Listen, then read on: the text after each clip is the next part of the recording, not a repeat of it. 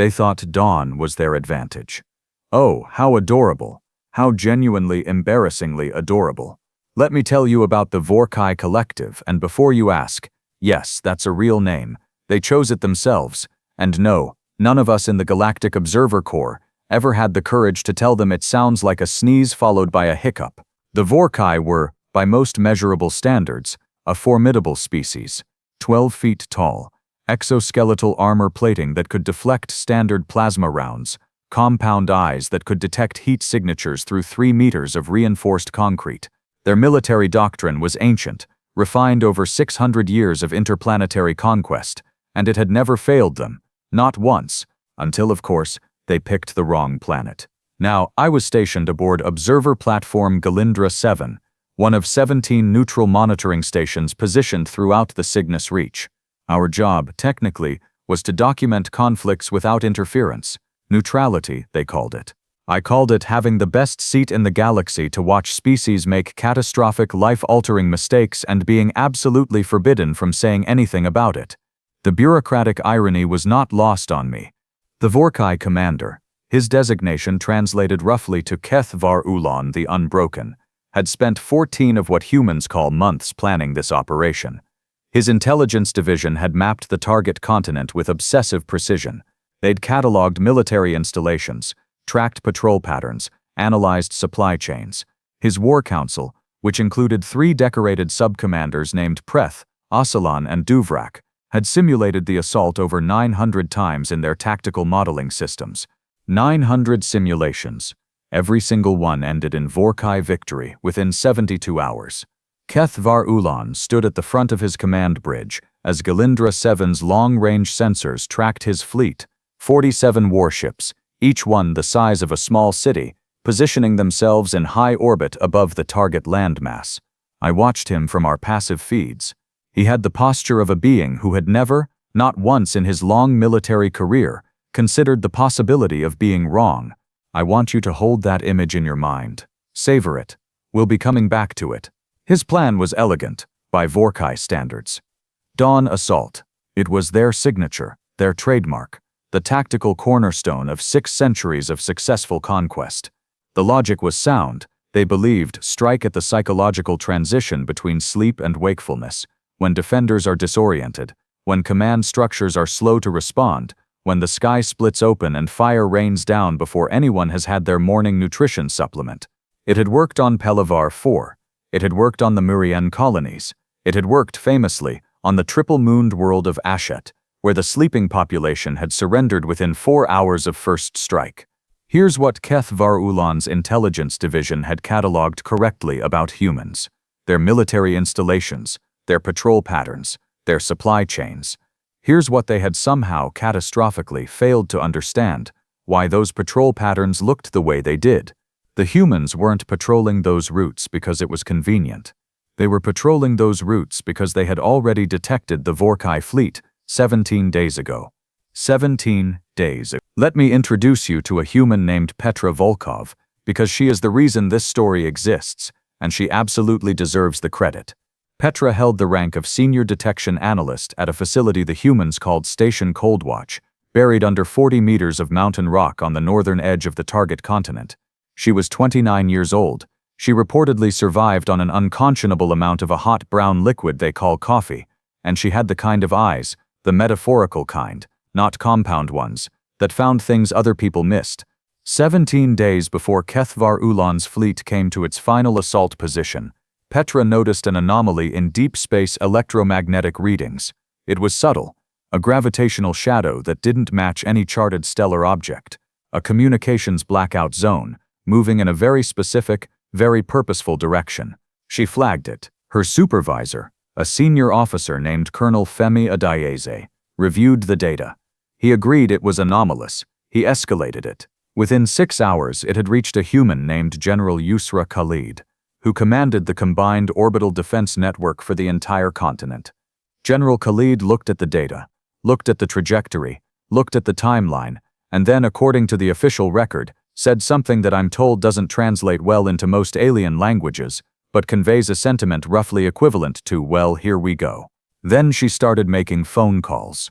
Now, Here's what the Vorkai tactical models had assumed would happen in the 17 days before their assault. Nothing. Their stealth positioning protocols were, by any galactic standard, excellent. No species they had previously encountered had detected them at this range. Therefore, their models assumed the humans were unaware, going about their ordinary routines, sleeping when their biology demanded it, waking when their star rose, utterly oblivious to the hammer hanging over their heads.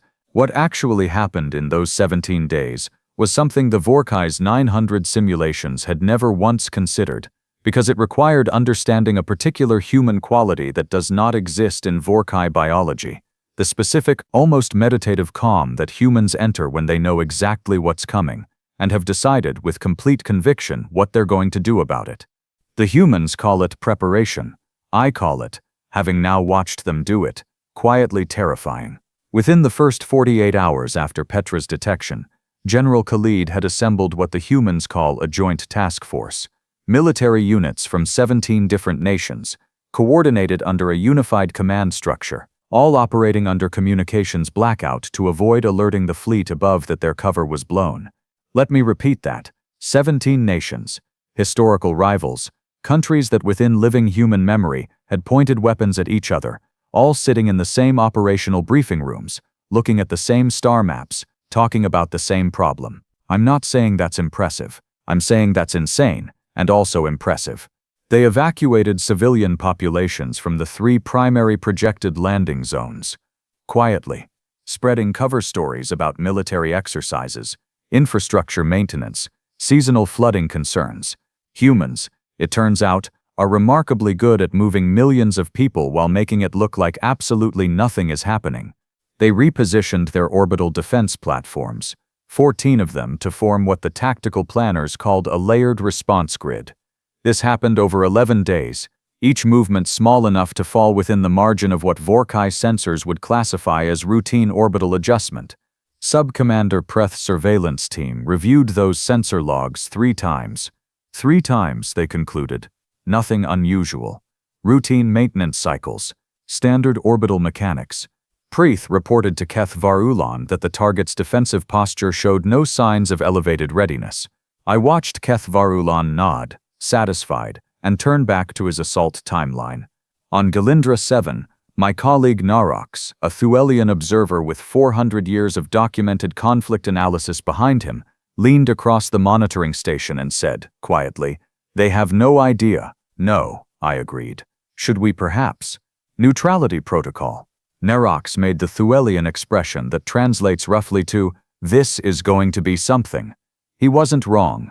The humans spent the final 72 hours before projected assault positioning their actual response, not the response the Vorkai expected to encounter, the actual one, 612 atmospheric interceptor craft, running on minimum power signatures, positioned at low altitude where Vorkai orbital sensors had significantly degraded resolution, 44 ground-based mass driver installations, powered down to passive standby, their targeting systems already preloaded with the Vorkai fleet's exact coordinates.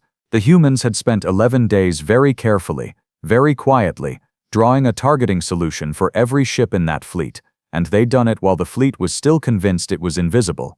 And then there was the piece I personally found most fascinating, because it demonstrated something about human psychology that I genuinely had not anticipated even after years of observation. They slept. The night before the projected assault, General Yusra Khalid reportedly held a briefing with her senior commanders, including a woman named Brigadier Soraya Mendez, who was responsible for the orbital response element, and a man named Admiral Kofi Asare, commanding the Atmospheric Defense Network, reviewed the readiness reports one final time, confirmed that every asset was in position, and then told her staff to get some rest. They went to sleep, with 47 Vorkai warships in orbit above them. I asked a human liaison officer about this later, much later, when I was finally permitted to speak with them. I asked how they could possibly sleep knowing what was coming. She looked at me with an expression I've come to recognize as the one humans use when they think you've asked a very stupid question but they're too polite to say so directly. "We'd done everything we could do," she said. "What would staying awake have changed? We needed to be sharp in the morning." I thought about Keth Var-Ulan, awake in his command bridge, reviewing his assault timeline for the 47th time, rechecking systems that had already been checked, running the same simulation models that had already told him the same answer 900 times. And I thought about General Yusra Khalid, asleep, and I began to understand, for the first time, why the Vorkai's 900 simulation might not match their first real result. The first light of dawn on the target continent's eastern seaboard hit at exactly the moment Keth Var Ulan had chosen for his descent sequence to begin. He had selected it personally, pride evident in every detail of how his intelligence team described the decision. Maximum psychological impact, enemies waking to fire and thunder. The classic Vorkai dawn strike. His fleet began its descent. 47 warships dropping through the upper atmosphere, breaking stealth protocols in sequence, riding the ionization wake of re-entry, filling the pre-dawn sky with trails of burning plasma and the low, bone-rattling thunder of displaced air. It was, I will give them credit, extremely dramatic. Very visually impressive. On the ground, alarms began triggering across Vorkai tactical displays, defensive radar activating, power signatures spiking, communications channels lighting up. Prith turned to his commander with what I can only describe as the first flicker of uncertainty in his expression. The defenders are responding faster than projected. Keth Var Ulan was unconcerned. Expected. Simulations accounted for accelerated response. Continue descent. Here is what the simulations had not accounted for. General Yusra Khalid had been awake for 45 minutes. She'd had breakfast. She was on her second cup of coffee. The first missile came from below. Not from the surface, mind you.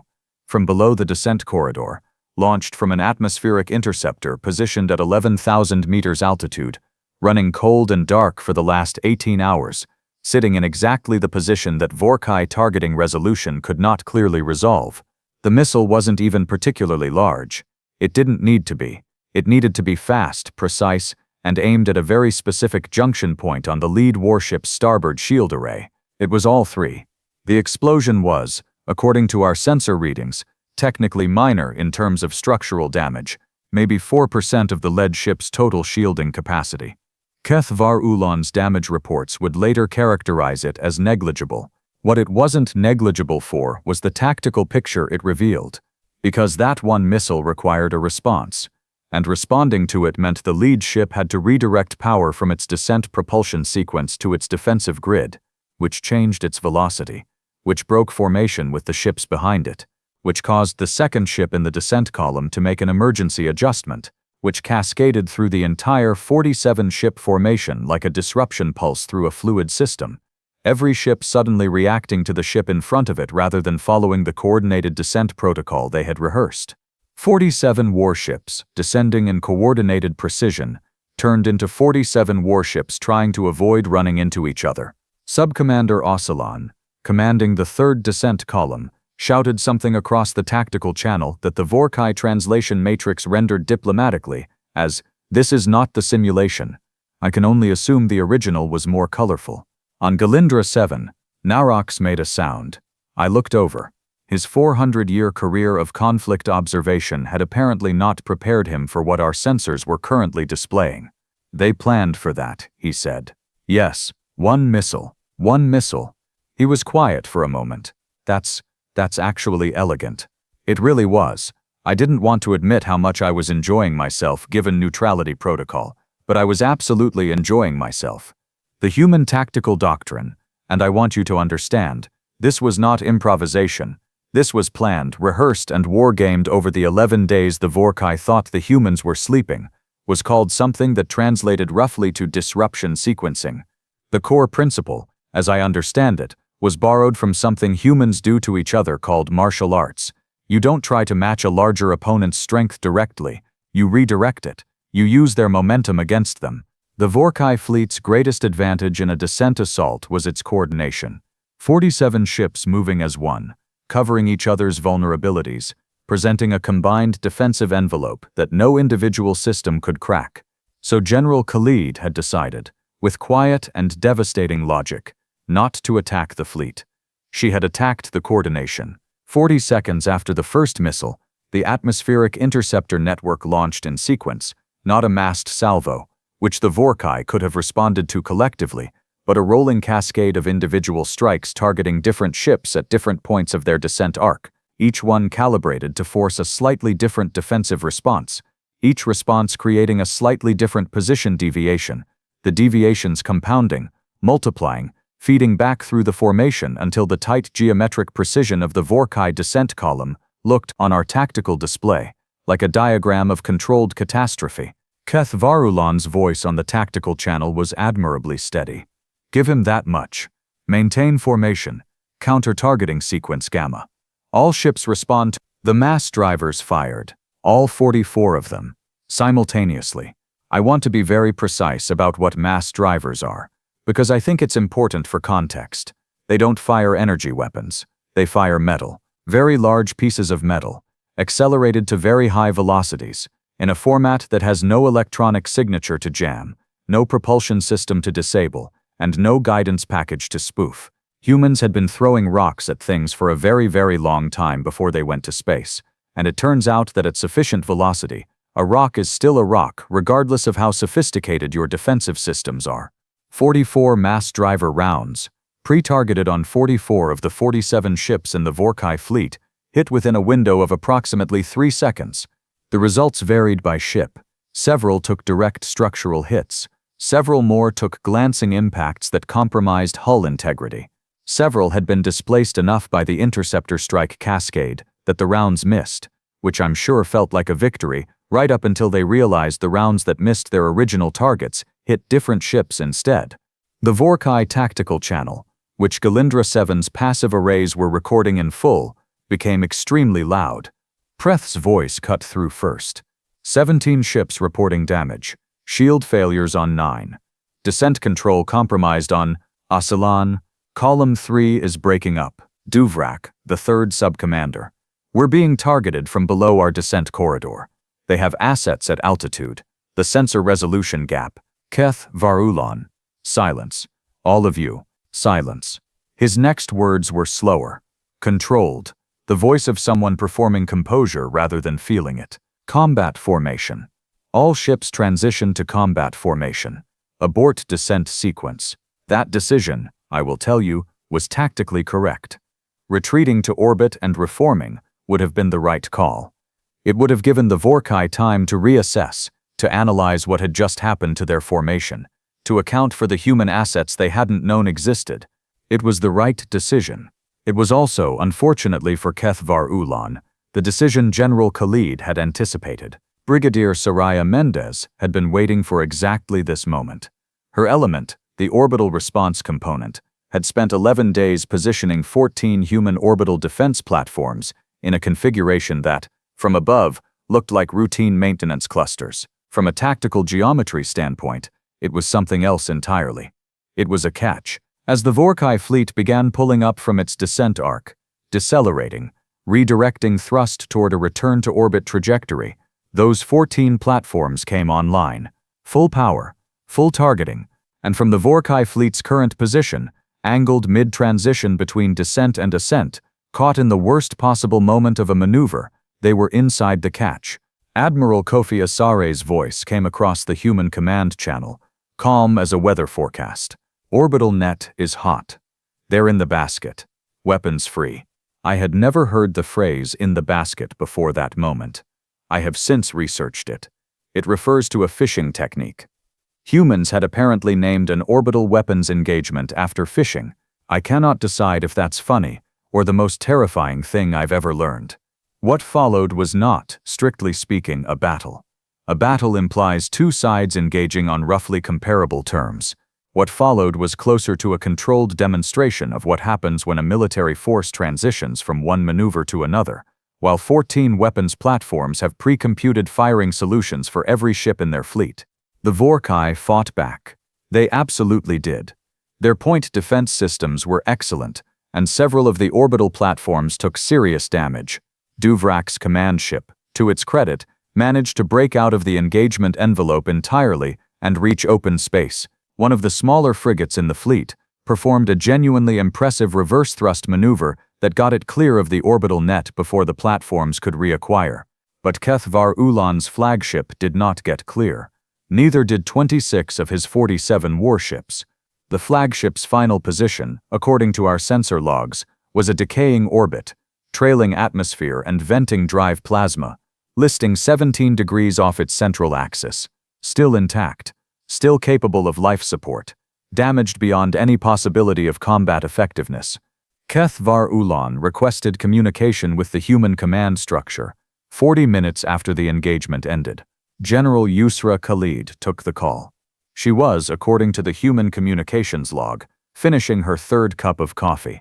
I've reviewed the translated transcript of that conversation several times. I keep coming back to one specific exchange. Keth Var Ulan asked, "How long did you know?" General Khalid answered, 17 days. A long pause.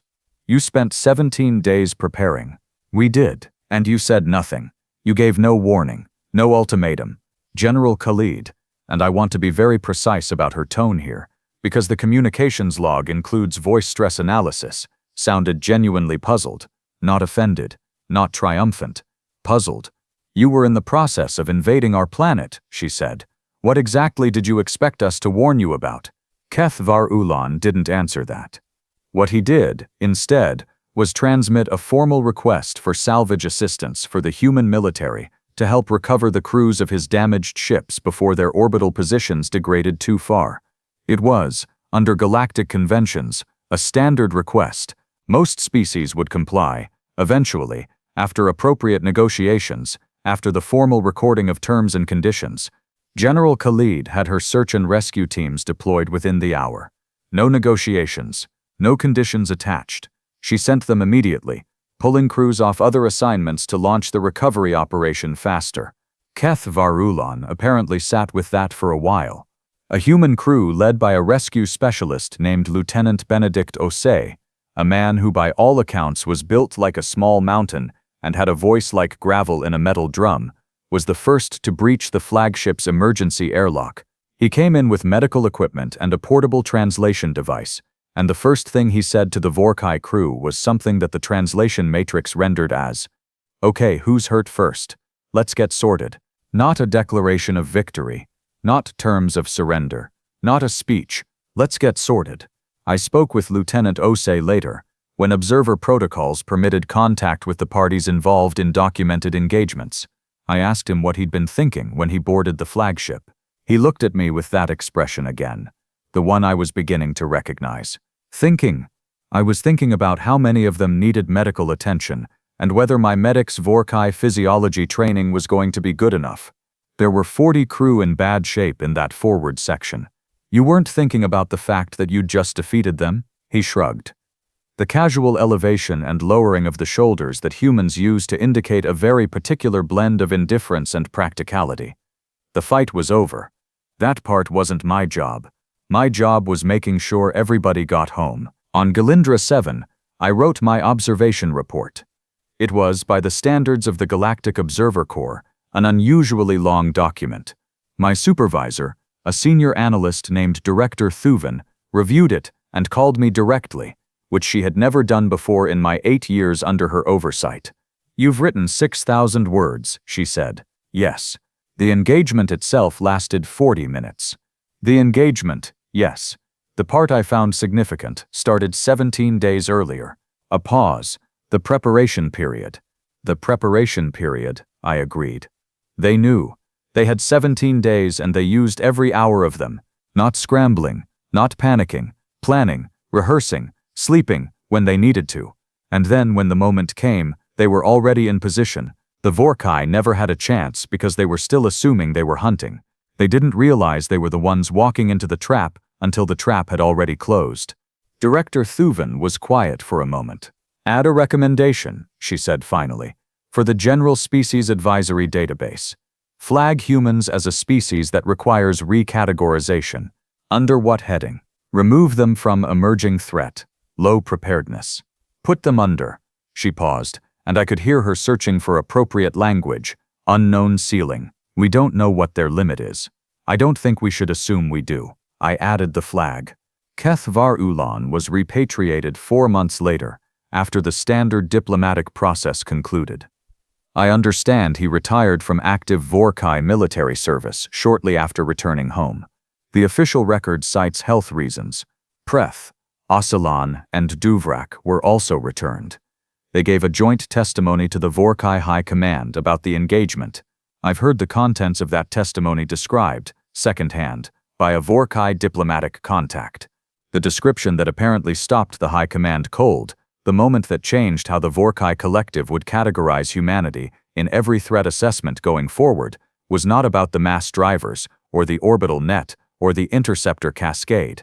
It was about the sleeping.